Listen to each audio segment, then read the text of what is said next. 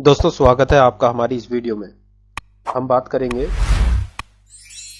इस वीडियो में आगे की जो हमने फर्स्ट चैप्टर का जो पहला पार्ट था उससे आगे हम बात करेंगे। फर्स्ट पार्ट में हमने देखा था कि पास्ट में से हम क्या जान सकते हैं, जो पहले लोग थे वो क्या करते थे, क्या खाते थे, उन्होंने किस तरीके से खेती शुरू की, सबसे पहले खेती किस चीज की शुरू की, तो और किस नदी के किनारे वो रहते थे। तो पहले पार्ट में हमने ये देखा है। आपको पहले पार्ट की वीडियो का लिंक जो है डिस्क्रिप्शन में भी मिल जाएगा। दूसरे पार्ट में अब हम जानेंगे finding out about the past, यानी कि हम पास्ट के बारे में कैसे जाने। तो देखिए आपके सामने अब हम शुरू करते हैं। जैसे कि यहाँ पर लिखा हुआ है there are several ways of finding out about the past, यानी कि ये कह रहा है कि यहाँ पर बहुत सारे तरीके हैं किस चीज को ढूंढने के, पास्ट को ढूंढने के। One is to search for and read books that were written long ago, यानी कि उसमें से एक तरीका कौन सा है कि बुकों को पढ़ना। कौन सी बुकों को पढ़ना? जो कई सौ साल कई हजार साल पहले लिखी जा चुकी है। These are called manuscript. उन बुकों को क्या कहा जाता है? जो वो किताबें लिखी गई हैं उनको क्या कहा जाता है? मनुस्क्रिप्ट कहा जाता है। ठीक है, क्योंकि दे वर रिटन बाय हैंड, क्योंकि वो बुकें जो है, जो किताबें थी वो किस चीज से लिखी गई है? हाथों से। तो यहां पर ये बताना चाहता है कि पास्ट को जानने के लिए हमारे पास एक तरीका ये है कि हम पुरानी जो ग्रंथ है उनको पढ़ सकते हैं। और जो पुराने ग्रंथ है, जो पुरानी किताबें हैं, उनको मनुस्क्रिप्ट कहा जाता है। मनुस्क्रिप्ट इसलिए कहा जाता है क्योंकि वो किताबें क्या है, वो हाथ से लिखी गई है।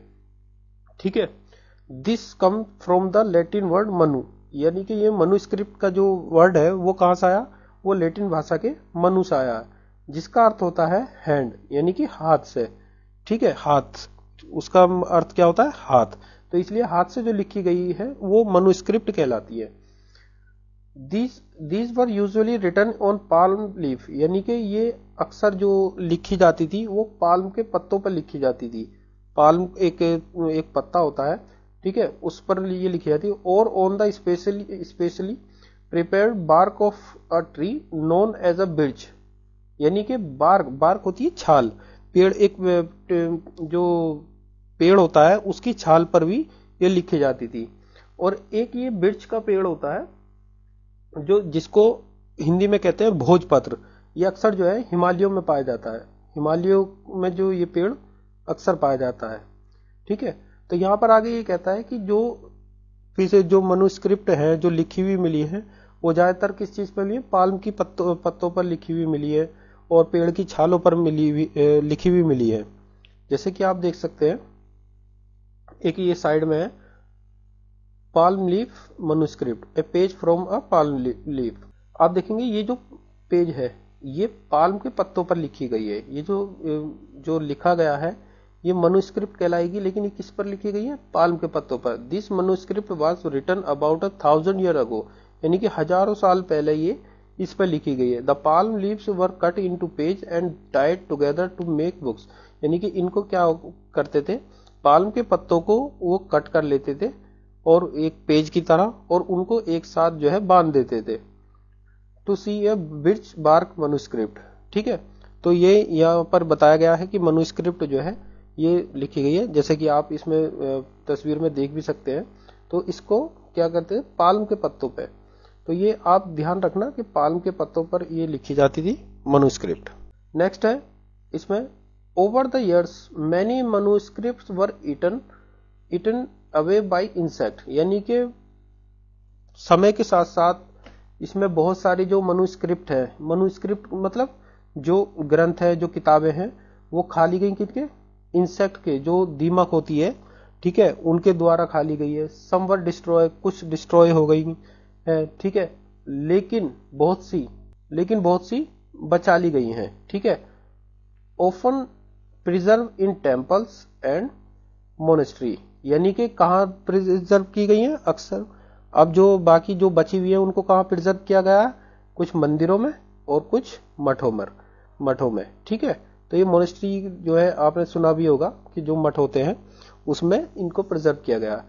आगे लिखा है कि these books dealt with all kind of subject, यानी कि ये जो किताबें हैं ये डील करती हैं किस में, हर तरह के सब्जेक्ट में, जैसे रिलीजियस बिलीफ में या प्रैक्टिस में, ठीक है, लाइफ ऑफ किंग यानी कि राजा की क्या जिंदगी होती थी, दवाइयों के बारे में, साइंस के बारे में, ठीक है, या फिर जो काव्य हैं उनके बारे में, या पोयम जो उस वक्त खेल हुआ करते थे, तो इनके बारे में ये किताबें बताती हैं।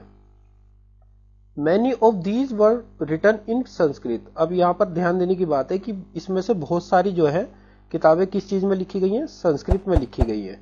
अदर वर इन प्राकृत, ये एक दूसरी भाषा है जो बाकी जो इसमें बताया गया है कि जो मनुस्क्रिप्ट है, मनुस्क्रिप्ट 3 भाषाओं में यहाँ पर बताया गया है कि 3 भाषाओं में लिखी गई है। पहला है संस्कृत, दूसरा है प्राकृत और तीसरा है तमिल। ये 3 भाषाओं का इसमें जिक्र किया गया है। अभी ये 6 क्लास की एनसीईआरटी है, तो इसमें अभी आपको सिर्फ थोड़ा थोड़ा करके बेस तैयार करना है, इसलिए ज्यादा देखना नहीं है। अभी जो जैसे मैं आपको बता रहा हूं उसी को आपको रिवाइज करके चलना है। तो अभी यहाँ पर आप ध्यान देंगे कि बहुत सारी जो किताबें हैं वो किस में लिखी गई थी, संस्कृत में और प्राकृत में और तमिल भाषा में, ठीक है। अब आगे लिखा है कि we can also study inscription, ठीक है, हम जो है इतिहास को किस तरह से और जान सकते हैं, इंस्क्रिप्शन के बारे में, यानी कि जो शिलालेख होते हैं। आपने शिलालेख के बारे में देखा होगा कि एक पत्थर होता है, पत्थर पर कुछ लिखा जाता है। कई बार आप किसी जगह घूमने गए होंगे तो वहां पर भी देखा होगा कि किसी पत्थर पे कोई नाम खोद कर जो है लिख देते हैं। आपने अक्सर घरों की जो है बाहर नाम प्लेट भी देखी होंगी इस तरह से, तो वो पुराने जमाने में शिलालेख कहलाते थे, ठीक है, यानी कि उसको क्या है, inscriptions. These are writings on relatively hard surface, यानी कि हार्ड सरफेस पे वो लिखा जाता है, सच एज स्टोन, या तो वो स्टोन हो सकता है या मेटल। तो इसमें यही बताया गया है कि जो सरफेस था, जो शिलालेख था, उस पर जो है वो लिखते थे बात, ठीक है। क्या होता था, या तो वो पत्थर का होता था या होता था वो मेटल का। Sometimes kings got their orders inscribed so that people could see, read and obey them. कई बार क्या होता था, राजा जो होता था वो अपने आदेश उस पर लिखवा देता था, किस पर, शिलालेखों पर, ठीक है, इंस्क्रिप्शन पर, ठीक है, जिसको लोग जो है देख सकते थे, पढ़ सकते थे और उनका पालन कर सकते थे। There are other kinds of inscription as well, where man and women including king and queens recorded what they did, यानी कि और भी यहाँ पर और तरह के भी जो इंस्क्रिप्शन है, शिलालेख है, जो जिसमें जो कोई आदमी होता था या औरत होती थी, या जैसे कि राजा होता था या रानियां होती थी, तो वो उस चीज को खुदवा देते थे।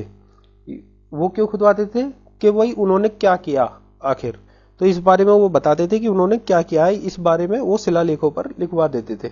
For example, Kings often kept record of victories in battle, यानी कि वो जो शिलालेखों पर लिखवाते थे, इंस्क्रिप्शन पर जो लिखवाते थे, वो क्या लिखवाते थे, अक्सर जो राजा अपनी जो जीत होती थी, जो राजा की जीत होती थी, उसका रिकॉर्ड जो है उन शिलालेखों पर लिखवा देते थे। अब यहाँ पर एक सवाल है कि भाई क्या आप सोच सकते हैं कि क्या एडवांटेज होगा उसके पत्थर पे लिखने का, तो ये तो एक सिर्फ आपकी जो तर्क क्षमता है उसको देखने के लिए कि भाई आप क्या इसमें कहना चाहेंगे। वैसे सवाल अच्छा है कि आखिरकार पत्थर पर जो लिखने के उसके फायदे क्या होते थे, ठीक है, या फिर क्या नाम है, उनको क्या डिफिकल्टीज आती थी, तो वो सारी चीजें तो अलग चीज है। एक बंदे का जो है, जो बच्चे का है, माइंड लेवल ग्रो करने के लिए ये क्वेश्चन है। अब यहाँ पर हम आगे देखेंगे, there were many other things that were made and use in the past, यानी कि यहाँ पर बहुत सारी ऐसी चीजें थी जो पास्ट में यूज करी गई थी। अब यहाँ पर अब आगे लिखा है इसमें कि those who study these object are called archaeologist, यानी कि जिन लोगों ने इस चीज को, इस वस्तुओं के बारे में पढ़ा है, उनको क्या कहा जाता है, आर्कियोलॉजिस्ट कहा जाता है।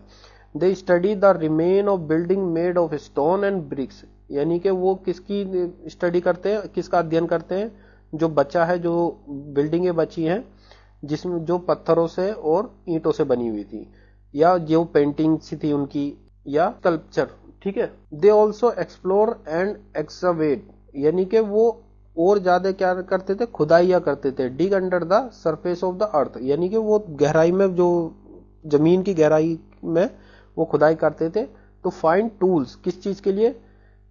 टूल्स यानी कि औजार ढूंढने के लिए, वेपन हथियार ढूंढने के लिए, पॉट्स ढूंढने के लिए, पैंस ढूंढने के लिए और ऑर्नामेंट जो वस्तुएं होती थी उनको ढूंढने के लिए, जो उसके कई सारी आभूषण भी मिले हैं। एंड कॉइन्स और सिक्के ढूंढने के लिए खुदाइयां भी करते थे। ठीक है, अब आगे देखते हैं कि इसमें लिखा है कि some of these object may be made of stone. इसमें से बहुत सारी चीजें क्या होती थी, वो किसकी बनी हुई होती थी? स्टोन की, यानी कि पत्थर की बनी हुई होती थी।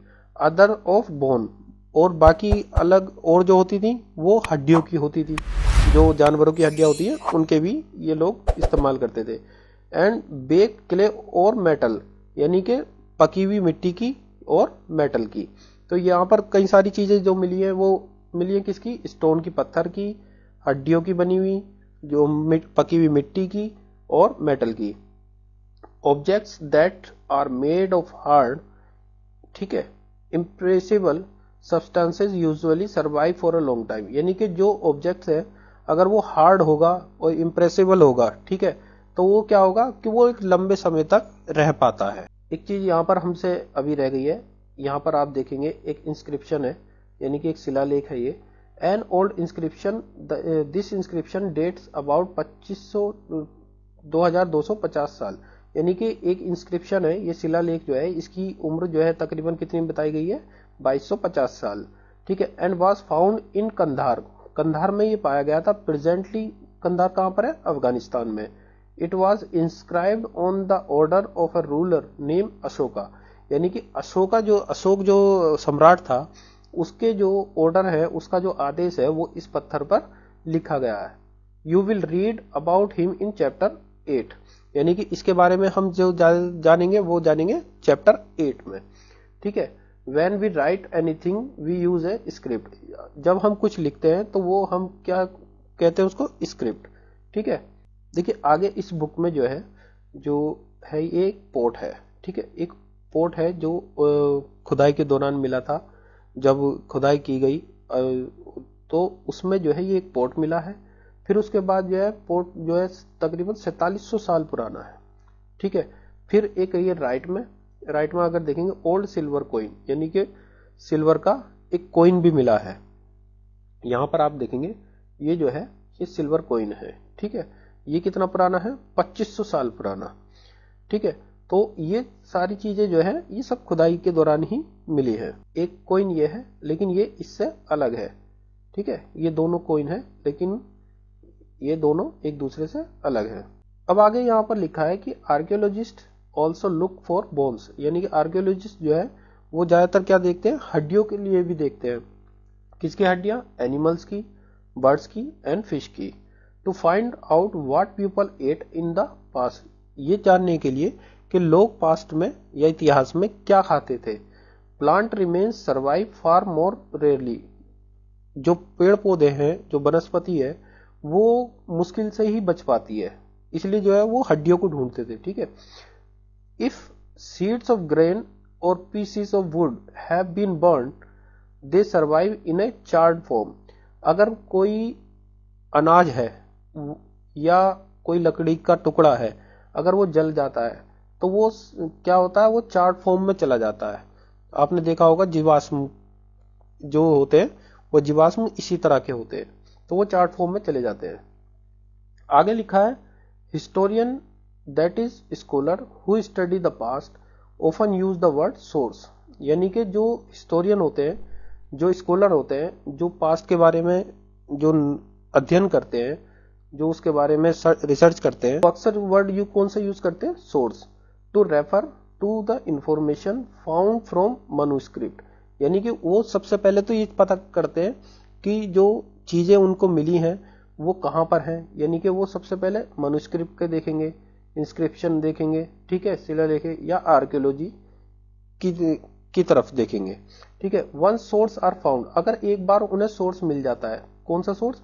इन तीनों में से कि क्या वो किताबों में लिखा गया था या वो शिलालेखों पे खुदा था या वो खुदाई में मिला है। ठीक है, learning about the past become an adventure. उनके लिए क्या होगा? फिर लर्निंग जो है फिर एक एडवेंचर के रूप में बदल जाती है उनकी। आगे लिखा है as we reconstruct it bit by bit, और फिर क्या करते हैं वो जो है छोटे से छोटी कड़ी उसको जोड़ना शुरू कर देते हैं। So historian and archaeologist are like detective who use all these sources like clues to find out about our past। तो हिस्टोरियन यहाँ पर आगे लिखा गया कि हिस्टोरियन और आर्कियोलॉजिस्ट क्या कैसे होते हैं, बिल्कुल एक जासूस की तरह, डिटेक्टिव की तरह, जो इस्तेमाल करते हैं किसको, सोर्सों को, लाइक क्लू, जैसे सोर्स को ऐसे इस्तेमाल करते हैं जैसे क्लू मिल जाता है, ठीक है, अबाउट किसके बारे, किसको जानने के लिए, पास्ट को जानने के लिए। बाकी इस बुक में आगे देखेंगे कि वन पास्ट और मैनी, आगे लिखा है इसमें कि did you notice the title of this book, यानी कि इसमें बताया गया है कि क्या आपने नोटिस किया कि इस बुक का टाइटल जो है आवर पास्ट वी क्यों है, यानी कि एक होता आवर पास्ट यानी कि हमारा भूतकाल, लेकिन हमारा जो है भूतकाल में एस लगा दिया इन्होंने, पास्ट में एस लगा दिया। We have use the word past in plural, यानी कि इन्होंने सिंगुलर नहीं लगा के प्लूरल, ये इंग्लिश का फॉर्म है, ठीक है। To draw attention to the fact that the past was different for different group, यानी कि जो पास्ट था वो अलग अलग ग्रुपों के लिए अलग अलग था, ठीक है। फॉर एग्जाम्पल के लिए इन्होंने एक एग्जाम्पल भी दिया है, द लाइव्स ऑफ हर्डर्स, ठीक है। हर्डर्स कौन होते हैं, चरवाहे, ठीक है। चरवाहे और फार्मर, किसानों की, were different from those of king and queen's, यानी कि इसमें क्या बताया गया है कि आवर पास्ट, इसलिए प्लूरल वर्ड दिया गया है क्योंकि इन्होंने ये बताया है कि पास्ट में जो चरवाहे थे, जो किसान थे, उनकी लाइफ अलग होती थी किससे, राजा और रानी से। ऐसे ही इन्होंने आगे बताया कि the lives of merchants were different from those of craft person, जो क्राफ्ट पर्सन थे उनकी लाइफ किससे, मर्चेंट्स से जो है वो अलग होती थी, एंड सो ऑन। तो फिर इन्होंने बताया कि आज के वर्तमान समय को इन्होंने जोड़ के इस किताब में बताया गया आगे कि also as a true even today people follow different practice, कि लोग जो है आज के समय में भी डिफरेंट प्रैक्टिस एंड कस्टम, जो प्रथाएं हैं उनको मानते हैं, और डिफरेंट पार्ट्स में। आपको भी पता है कि हमारा देश जो है इतना महान है, इतनी महान संस्कृतियां इसमें है, अलग अलग जो धर्म है इसमें माना जाता है, अलग अलग संस्कृतियों को माना जाता है। तो इसके बारे में ये बताया गया कि आज के दौर में भी इस तरीके की चीजें होती हैं। यहाँ पर एक एग्जाम्पल इन्होंने और दिया है, today most people living in the Andaman island get their own food by fishing, hunting and collecting या फॉरेस्ट प्रोड्यूस।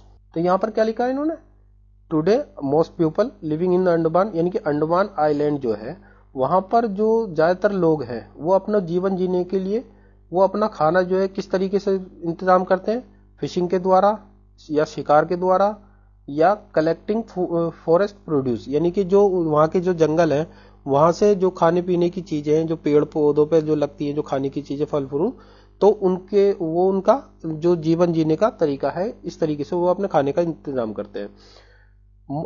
अब बाई कंट्रास्ट अगर देखा जाए तो most people living in cities, जो लोग ज्यादातर शहरों में रहते हैं, डिपेंड रहते हैं किस पे, on other of supply of food, यानी कि खाने की सप्लाई पे रहते हैं, यानी कि उनको खाना कहीं और से मिलता है, यानी कि जैसे कुछ खरीद के लाते हैं, मार्केटों से लाते हैं, इस तरीके से। तो differences such as these existing in the past as well, यानी कि डिफरेंसेस जो है जैसे कि ये है वो वैसे पास्ट में भी थे, जैसे आज डिफरेंस है वैसे पास्ट में भी थे। एक यहाँ पर एक छोटी सी टेबल बनी हुई है कि BC we have seen stand for before Christ, यानी कि बीसी कहीं अगर हिस्ट्री की बुक्स में अगर आपने देखा होगा या इतिहास की किताबों में किसी भी में भी लिखा हुआ है तो वहां पर एक उसका मतलब होता है बिफोर क्राइस्ट। दोस्तों इसको आप सिर्फ याद कर लेना, दिमाग में आप बिठा लेना, ताकि आगे आने वाली कोई भी लेक्चर हो तो आपको आपका बेस तैयार हो, क्योंकि ये 6th क्लास की अभी बिल्कुल बेसिक बुक है और इसमें मैं धीरे धीरे आपको सारी ही बुक लाइन बाय लाइन पढ़ाऊंगा। इसकी सारी वीडियो मैं आपको अपलोड करता रहूंगा, आप इसको जो है बहुत ध्यान से पढ़िए। You will sometimes find AD before dates, कई बार आपने देखा होगा कि तारीखों से पहले एडी लिखा रहता है, ठीक है। This stand for 2 Latin words anno domini, ठीक है। मीनिंग क्या होता है इनका, in the year of the lord that is Christ, यानी कि एनो डोमिनी होता है एडी का मतलब। कई बार आपने तारीख उससे पहले देखा होगा कि एडी लिखा रहता, कई बार बीसी लिखा रहता, तो बीसी का मतलब होता है बिफोर क्राइस्ट, एडी का मतलब होता है एनो डोमिनी। ये कई बार पीसीएस के जो क्वेश्चन होते हैं या एसएससी लेवल के जो क्वेश्चन होते हैं उसमें पूछ लिया जाता है। ठीक है, so 2012 can also be written as AD 2022। अब जैसे 12 सॉरी, जैसे अब चल रहा है 2022, तो मैं क्या लिख सकता हूं, एडी 2022। ठीक है, तो यहां पर एडी यानी कि Anno Domini. Sometimes CE use instead of AD. कई बार आपने देखा होगा कि सीई लिखा जाता है किसके बदले, एडी के बदले, और बीसीई लिखा जाता है किसके बदले, बीसी के बदले। तो the letter CE stand for common era. अगर कहीं सीई लिखा हुआ है तो वो किसको करेगा स्टैंड, कॉमन एरा को। तो आप ध्यान रखना कि सी जो है वो एडी की जगह भी यूज हो सकता है, कंफ्यूज होने की बिल्कुल जरूरत नहीं है। ठीक है, ऐसे ही बीसी की जगह जो है बीसीई भी हो सकता है, यानी कि before common era. We use these term because the Christian era is now used in most country of the world. वो हम इसलिए करते हैं क्योंकि ज्यादातर जो देशों में है वो क्रिश्चियनिटी अपनाई जा रही है, और आप जानते ही हैं कि वर्ल्ड की नंबर 1 पॉपुलेशन जो है वो क्रिश्चियनिटी है। ठीक है, and sometime the letter BP meaning, BP भी कई बार लिखा रहता है, तो वो होता है बिफोर प्रेजेंट आर यूज। तो यहां पर ये छोटी छोटी चीजें हैं, वो आप याद कर लीजिएगा। मेरी एक वीडियो और आएगी अभी इसी फर्स्ट चैप्टर को लेकर के। उस वीडियो में क्या होगा कि मैं एक समरी टाइप में आपको बताऊंगा। मैंने अभी आपको एक एक लाइन समझाई है, उसके बाद आपका रिवीजन भी हो जाएगा थर्ड वीडियो में। ठीक है, तो एक चैप्टर की 3 वीडियो हो गई हैं। कोई भी ये मैराथन नहीं है, कोई ये हलवा नहीं है कि आपको मैं कहूं कि मैं 10 घंटे में 12 घंटे में पूरी 6 क्लास की एनसीईआरटी पढ़वा दूंगा। ऐसा कभी नहीं होता दोस्तों। कंपटीशन के एग्जाम की तैयारी है, आप बिल्कुल ध्यान से कीजिए, और साथ ही साथ आप मन लगा के कीजिए। जो मैं आपको बता रहा हूं उसको जो है आप रिवाइज जरूर कीजिए। साथ ही साथ मैं आपको एक लिंक दूंगा, टेलीग्राम पे मेरा चैनल है, जो मैं आपको यह पढ़ा रहा हूं और जो मैं समरी नोट्स आपको दूंगा वो मेरे टेलीग्राम चैनल पे जाकर के आप पीडीएफ फॉर्मेट में भी डाउनलोड कर सकते हैं। ठीक है, तो आपका दोस्तों बहुत बहुत शुक्रिया। अगली वीडियो के लिए हमारे चैनल को लाइक और सब्सक्राइब जरूर कर ले, ताकि आप सब्सक्राइब कर लेंगे तो आपके आने वाली जो वीडियो है उसका नोटिफिकेशन आप तक मिल जाएगा। तो आप सब्सक्राइब जरूर कर ले। Thank you very much.